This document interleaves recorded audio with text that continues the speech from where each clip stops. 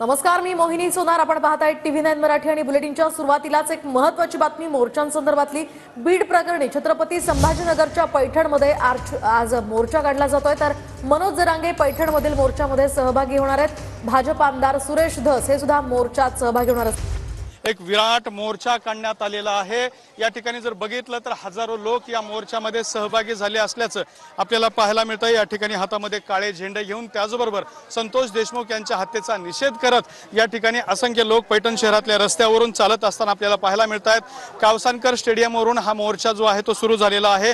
हा मोर्चा छत्रपती शिवाजी महाराज चौकामध्ये जाणार आहे आणि त्या ठिकाणी एक निषेध सभा सुद्धा होणार आहे. या सभेला मनोज जरांगे पाटील आणि सुरेश धस हे उपस्थित असणार आहेत. या मोर्चामध्ये संतोष देशमुख यांचे कुटुंबीय, त्यांचे बंधू असतील, मुलगी असेल, मुलगा असेल किंवा इतर नातेवाईक असतील ते सुद्धा सहभागी झाले असल्याचं आपल्याला पाहायला मिळतंय. आणि त्याचबरोबर हे सगळे लोक या ठिकाणी रस्त्याने चालत असताना सुद्धा आपल्याला पाहायला मिळत आहेत. याच मोर्चामध्ये सोमनाथ सूर्यवंशी यांना सुद्धा श्रद्धांजली अर्पण केली जाते आणि त्यांचे जे मारेकरी आहेत, जे पोलीस आहेत, त्यांना सुद्धा गुन्हे दाखल करण्यात यावी त्यांच्यावरती अशी मागणी घेऊन सुद्धा हे सगळे जे लोक आहेत ते मोर्चामध्ये सहभागी झाले असल्याचं आपल्याला पाहायला मिळत आहे. संतोष देशमुख यांचं कुटुंबीय सातत्याने जे राज्यात मोर्चे निघतात त्या प्रत्येक मोर्चामध्ये सहभागी होऊन आपली जी भूमिका आहे ती त्या ठिकाणी मांडत असल्याचं सुद्धा आपल्याला पाहायला मिळत आहे. आजच्या या मोर्चाला मोठ्या प्रमाणात पोलीस बंदोबस्त सुद्धा देण्यात आलेला आहे. मनोज जरांगे हे सुद्धा स्वतः या मोर्चामध्ये सहभागी झालेले आहेत.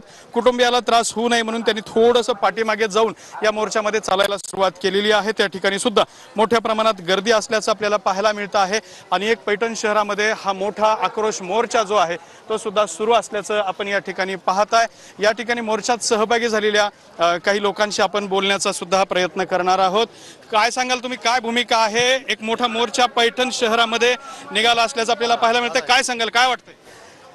आरोपींना फाशी झालीच पाहिजे, हेच सगळंच या मोर्चातून सगळ्या लोकांची प्रतिक्रिया आहे. तुमची काय भूमिका आहे? वाल्मिक कराडला फाशी झालीच पाहिजे, धनंजय मुंडेला अटक झालीच पाहिजे.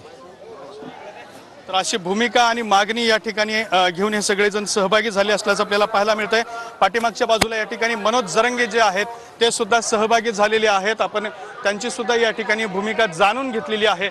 मात्र असंख्य लोक, नागरिक या मोर्चामध्ये सहभागी झालेले आहेत, ज्यांच्याशी आपण बोलण्याचा सुद्धा प्रयत्न करणार आहोत. हा मोर्चाचं सगळं आयोजन पैठणकरांनी केलेलं आहे. आज काय भूमिका आहे? आज संतोषांना देशमुख आणि सोमनाथ सूर्यवंशी यांच्या हत्येच्या निषेधार्थ पैठण शहरामध्ये पैठण तालुक्यातील सर्व नागरिकांनी मिळून या भव्य मोर्चाचं आयोजन केलंय. सुमारे 2 किलोमीटरपर्यंत मोर्चाला गर्दी आहे. आणि सगळ्यात महत्त्वाची गोष्ट आहे की माणुसकीला काळीमा फासणारी गोष्ट, घटना ही मत्साजोग या ठिकाणी घडलेली आहे. मला सरकारला या ठिकाणी असं विचारायचं आहे की एवढ्या मोठ्या संख्येने जर लोकांना न्याय मागण्यासाठी जर रस्त्यावर उतरावं लागत असेल तर याची दखल जर आपण घेतली नाही तर आपण सरकार त्या खुर्चीवर बसण्याचे लायक नाही. याचं कारण असं आहे की कारण जनतेच्या मनातल्या ज्या वेदना आहेत त्या रस्त्यावर उमटत आहेत आणि आपण कुणाला पाठीमागे घालायचं आहे, गुन्हेगारांना आपण कुणालाही पाठीमागे घालू नये. मला असं म्हणायचं आहे की ज्या पद्धतीची ही हत्या झालेली आहे यामध्ये जात, धर्म ह्या गोष्टी अजिबात नाहीये. कारण अशा पद्धतीची निर्गुण हत्या करणारे जे गुन्हेगार असतात हे कुठल्या जातीचे नसतात. हे अशा प्रकारचे हल्ले कुठल्याही जातीवर करू शकतात, त्यांच्या स्वतःच्या जातीतल्या लोकांना सुद्धा करू शकतात. तर आपण पाहू शकतोय मोठ्या संख्येने या ठिकाणी लोक या मोर्चामध्ये सहभागी झालेले आहेत. बीडच्या पैठणमध्ये हा आक्रोश मोर्चा सध्या आपण पाहतोय. तर वेळोवेळी या पार्श्वभूमीवर सुरेश धस, मनोज जरांगे असतील, बजरंग सोनावणे असतील यांनी संतोष देशमुखांच्या हत्येप्रकरणी आपली बाजू मांडलेली आहे आणि संतोष देशमुखांना न्याय मिळावा यासाठी हा मोर्चा काढलेला आहे. सध्या पैठणमध्ये हा आक्रोश मोर्चा आपण पाहतोय. मोठ्या संख्येने लोक या मोर्चामध्ये सहभागी झालेले आहेत.